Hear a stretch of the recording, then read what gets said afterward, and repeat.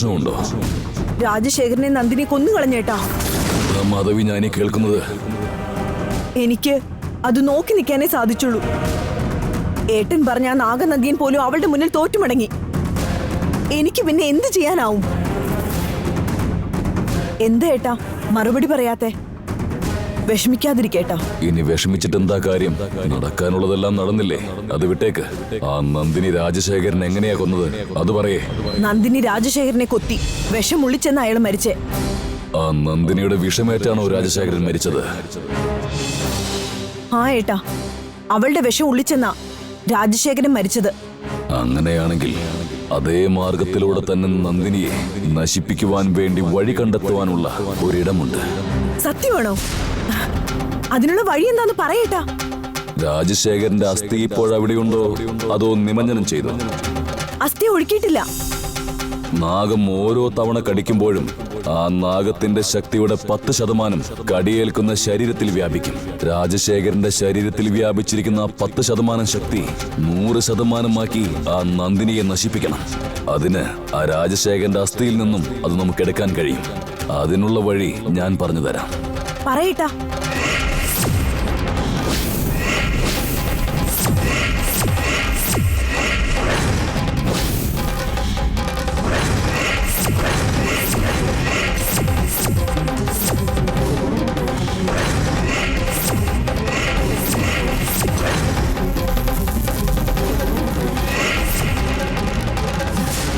ഈ ഒരു വഴി മതിയേട്ടാ. ഇനി നന്ദിനിയെ നശിപ്പിക്കേണ്ടത് എങ്ങനെയാണെന്ന് എനിക്കറിയാം.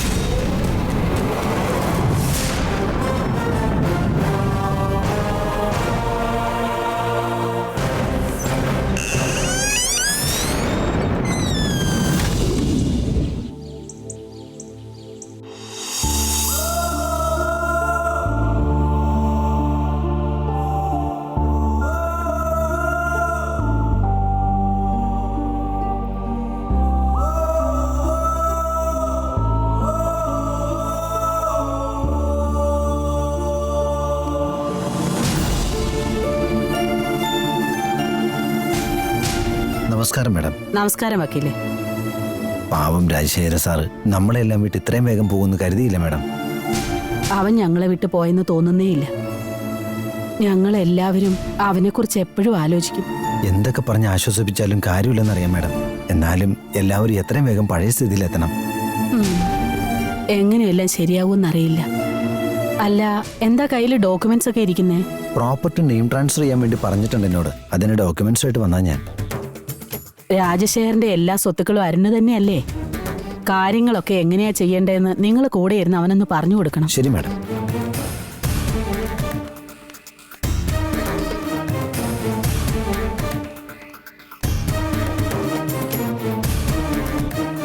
Good morning sir. Good morning sir. അങ്ങോട്ടിരിക്കാം.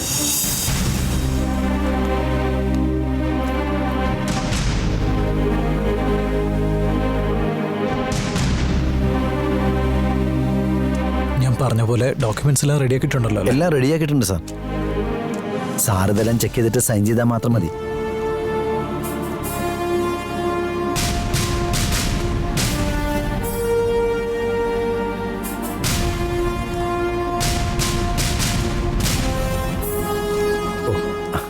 Sorry sir. The pen.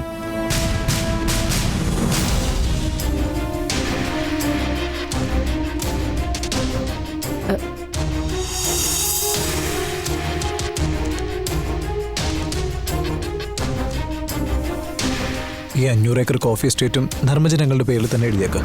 Okay sir.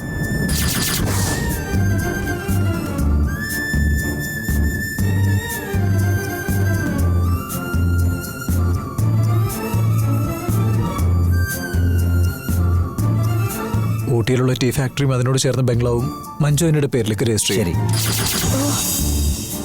Okay അല്ലേ? Okay sir. എടാ അരുണേ, ഈ സ്വത്തുക്കളൊക്കെ ഇപ്പൊ അവരുടെ പേരിൽ എഴുതി കൊടുക്കേണ്ട ആവശ്യം എന്താ?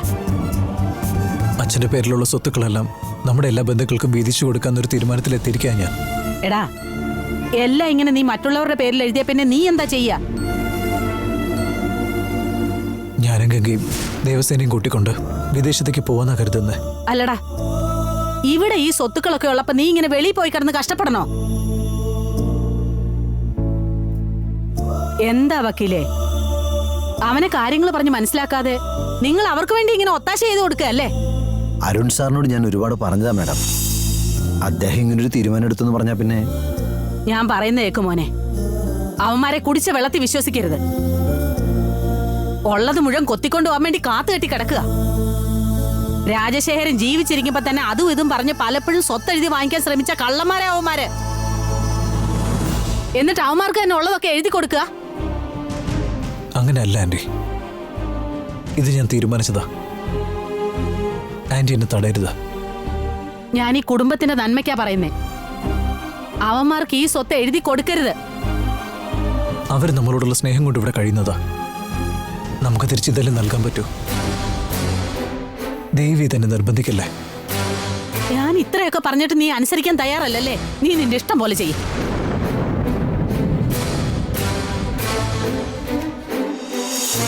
അയ്യോ, ഞാൻ ഇത്രയൊക്കെ പറഞ്ഞിട്ടും അവനത് കേൾക്കാതെ ഒപ്പിട്ടോണ്ടിരിക്കുകയാണല്ലോ.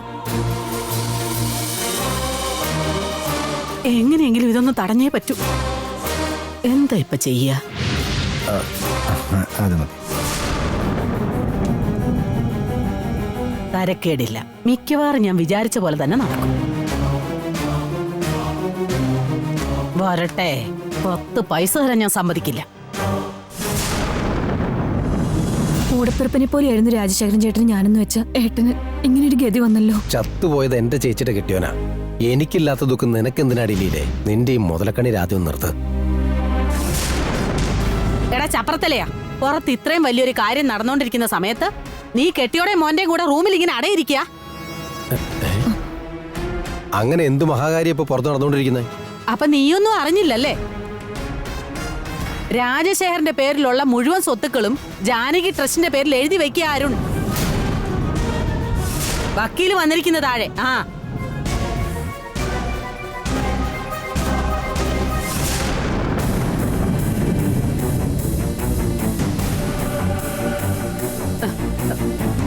ഞാൻ കൊറേ പറഞ്ഞു നോക്കിയതാടാ. ധർമ്മജനും ദേവിയും മഞ്ജുവും ഒക്കെ നമ്മുടെ ഈ കുടുംബത്തിലെ തന്നെ അംഗങ്ങളാണല്ലോ. പിന്നെ എന്തിനാ നീ ഈ ട്രസ്റ്റിന്റെ പേരിൽ എഴുതി വെക്കുന്നതെന്ന് ഞാൻ ചോദിച്ചതാ. അപ്പൊ അവൻ പറയാ, അവർക്കൊക്കെ ഞാനെന്തിനാ സ്വത്തെഴുതി കൊടുക്കുന്നേ? എന്റെ അച്ഛൻ പോയതോടെ അവരുമായിട്ടുള്ള ബന്ധമെല്ലാം തീർന്നു പോലും. സ്വത്തിന്ന് 1 പൈസ പോലും കൊടുക്കില്ല എന്ന് അവൻ കട്ടായം പറഞ്ഞിരിക്കുക.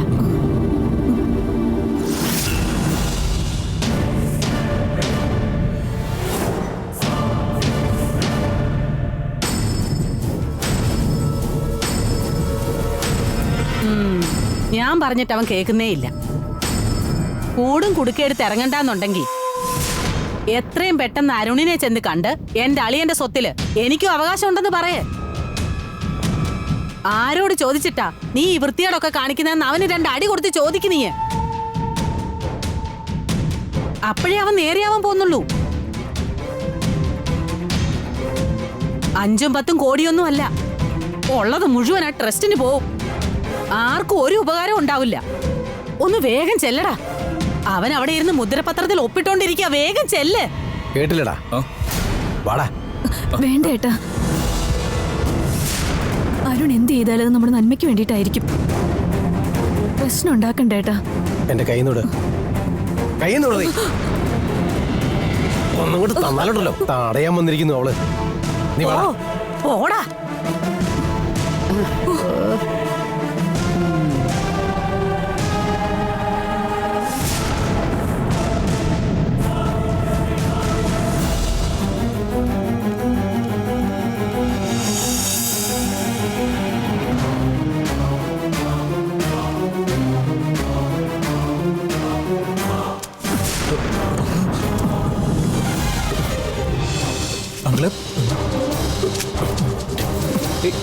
അങ്കിളെ, എന്തെങ്കിലും ഈ കാണിക്കുന്നേ?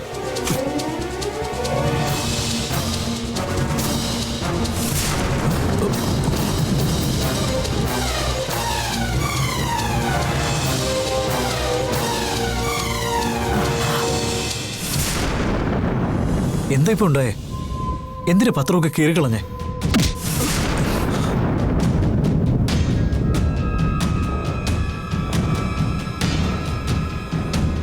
എന്റെ അളിയന്റെ സ്വത്തിൽ ഞങ്ങൾക്കും അവകാശം ഉണ്ടാ. ഞങ്ങളെയൊക്കെ മണ്ടന്മാരാക്കിക്കൊണ്ട് നീ സ്വത്ത് മുഴുവനും ട്രസ്റ്റിന് എഴുതി വെക്കാനുള്ള പരിപാടിയാണല്ലേ? ചോദിക്കാനും പറയാനും ആളില്ലെന്ന് കരുതിയോ നീ? പറയുന്നത് എന്താന്ന് ബോധ്യം ഉണ്ടെങ്കിൽ നല്ല ബോധ്യത്തോടു കൂടി തന്നെയാ നിന്റെ മുന്നിൽ നിന്ന് ഞാൻ സംസാരിക്കുന്നത്.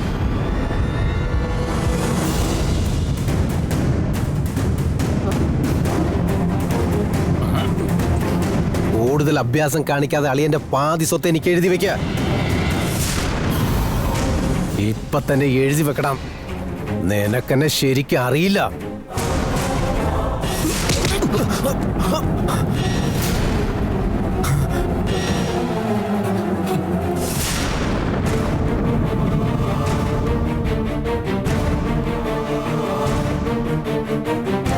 നിങ്ങൾ സ്വത്തിന് വേണ്ടി ഇത്രയും വൃത്തികെട്ട രീതിയിൽ പെരുമാറുന്ന ഞാൻ സ്വപ്നത്തിൽ പോലും കരുതിയില്ല ഞങ്ങളെ. ഞാൻ എല്ലാ സ്വത്തുക്കളും അങ്കിളുടെ പേരിലും മുരളിയുടെ പേരിലും ദേവേന്റെ പേരിലൊക്കെ എഴുതി വെച്ചേ.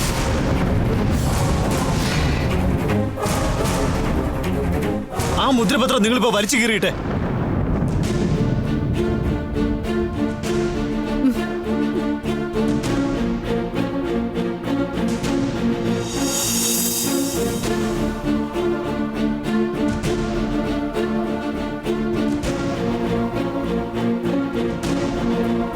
നിങ്ങളോടൊക്കെ ഞാൻ കാണിച്ച ബഹുമാനത്തിന് ഒരു യോഗ്യതയില്ലാത്തവരാ നിങ്ങൾ.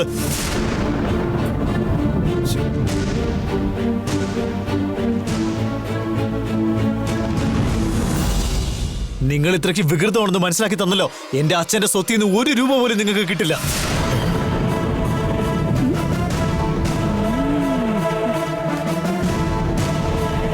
സർ, എന്റെ അച്ഛന്റെ പേരിലുള്ള സ്വത്തുക്കളെല്ലാം എന്റെ പേരിലേക്ക് മാറ്റാനുള്ള ഏർപ്പാട് ചെയ്യാം.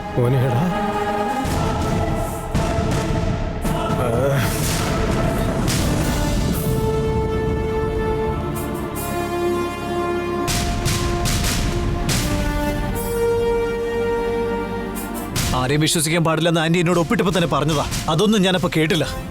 അതിന് എനിക്ക് കിട്ടിയ ശിക്ഷയായത്. ഇതെല്ലാം എന്റെ തെറ്റ് തന്നെയാ.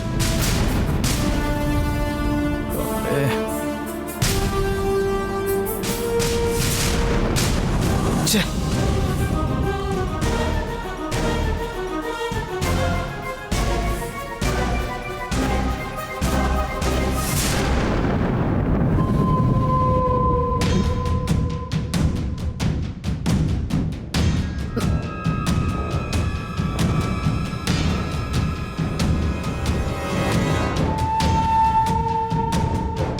അല്ലട ധർമ്മ, അരുൺ എല്ലാ സ്വത്തുക്കളും നിന്റെ പേരിൽ എഴുതി വെച്ചല്ലോ അല്ലേ?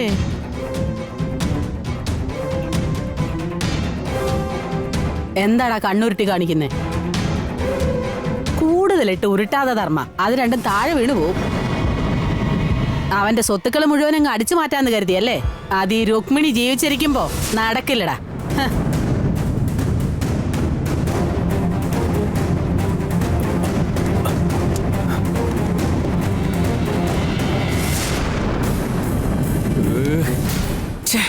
കണ്ടില്ല ചെയ്ത്.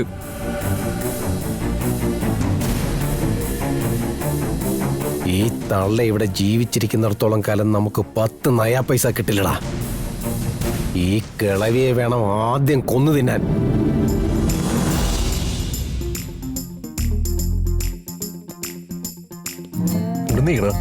ധർമ്മ, ഉണ്ടായിരുന്ന ചിപ്സ് ഒക്കെ തീർന്നല്ലോ. വേറെന്തെങ്കിലും ഇപ്പൊ തന്നെ കേട്ടോ.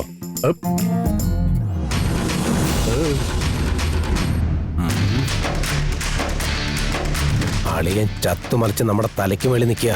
കോടിക്കണക്കിന് രൂപയുടെ സ്വത്തായി തറയെ കിടക്കുന്നത്. അതിനെപ്പറ്റി ആലോചിച്ചൊന്നും നിനക്ക് ഒരു വിഷമവുമില്ലടാ. നിനക്കിപ്പോ ഞാൻ ചിപ്സ് മേടിച്ച് തരാടാ.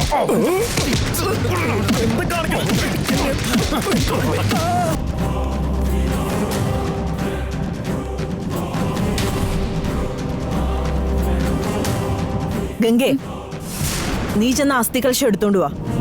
എന്തിനാ അത് മാധവി? അസ്ഥികൾ ഒഴുക്കിക്കൊണ്ട് നമുക്കൊരു പ്രധാനപ്പെട്ട കാര്യം ചെയ്യേണ്ടതുണ്ട്. ആ നന്ദിനെ കൊല്ലാതെ അച്ഛന്റെ അസ്ഥികൾ ഒഴുക്കില്ലെന്ന് ഞാനൊന്ന് പറഞ്ഞതല്ലേ?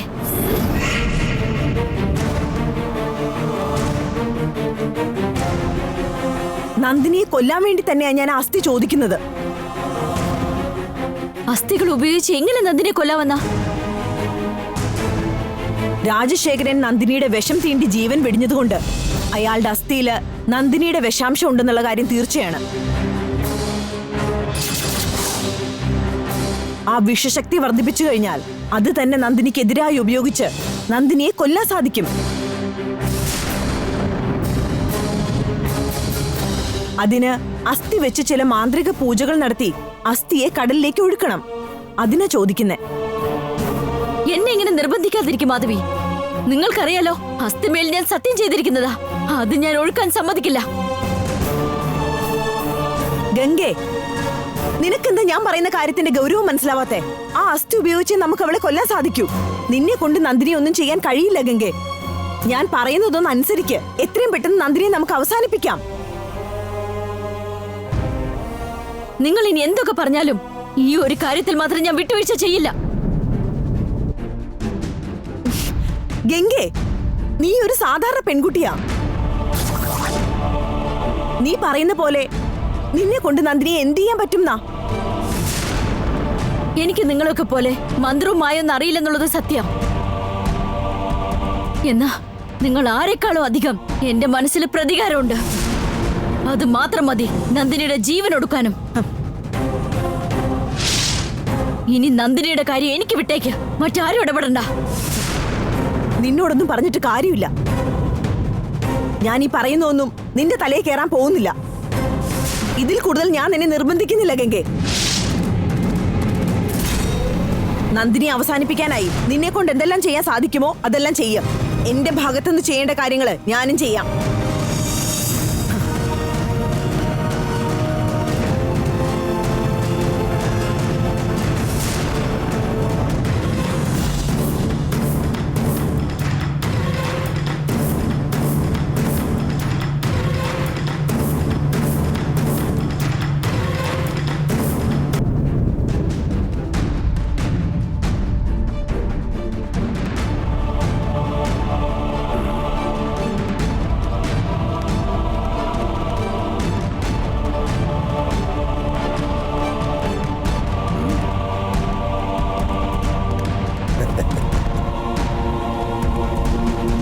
ഗംഗേ,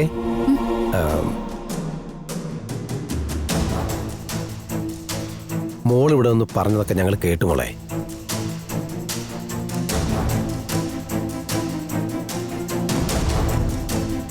ഇനി ആ മാധവിയെ വിശ്വസിച്ചുകൊണ്ടിരുന്നിട്ട് ഒരു കാര്യമില്ല. നന്ദിനിയെ നീ ഇല്ലാതാക്കിയാലേ അളിയന്റെ ആത്മാവിന് ശാന്തി കിട്ടൂ. അതുടനെ തന്നെ ചെയ്യാൻ വേണം.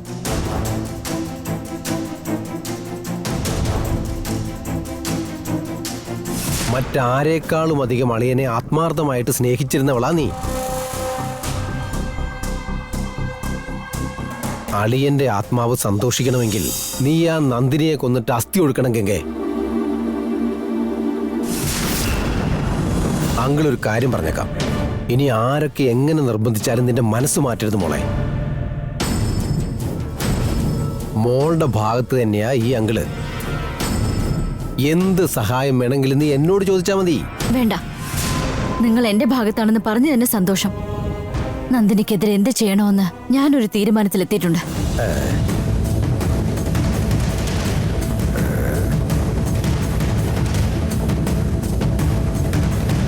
ധർമ്മജനും മുരളിയും എന്തിനായിരിക്കും ഗംഗയെ സഹായിക്കാന്ന് പറയുന്നത്?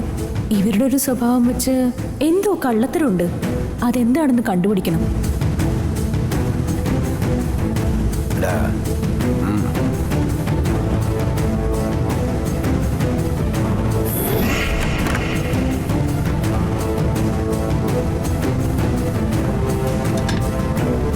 അച്ഛാ, നന്ദിനിയുടെ കാര്യത്തിൽ അച്ഛൻ ഗംഗയെ സപ്പോർട്ട് ചെയ്യണമെന്നല്ലേ ഇപ്പൊ അവിടെ വെച്ച് പറഞ്ഞത്? എന്നാ നന്ദിനി ഒന്നും ചെയ്യാൻ പറ്റില്ലെന്ന് അറിഞ്ഞിട്ടും പിന്നെ അച്ഛൻ ഗംഗയോട് എന്തിനാ അങ്ങനെ പറയാൻ പോയത്? നിന്നെ ഞാൻ വെറുതെ ആണടാ മണ്ണി. എന്താടാ ഇത്? കഥകം തട താനെ തുറന്നു വരുന്നേ. അച്ഛാ, അത് കാറ്റടിച്ച് തുറന്നെങ്ങനെ ആയിരിക്കും. ഞാൻ പോയി ലോക്കായിട്ട് വരാം.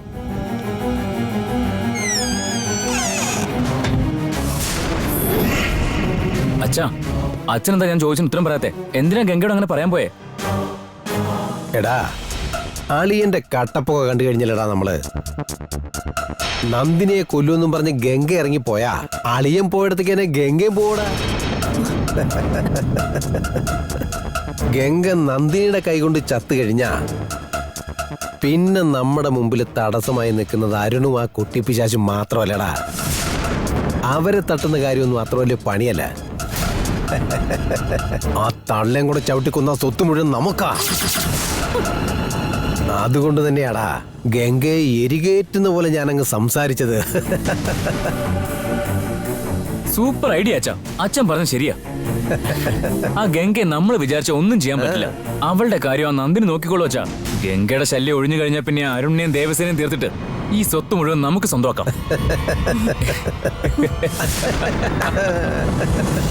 നമ്മളിപ്പോ ഇട്ട പ്ലാൻ സക്സസ് ആയി കഴിഞ്ഞാ നമ്മൾ പിന്നെ രാജാക്കന്മാരാ. നടന്നാ മതിയായിരുന്നു.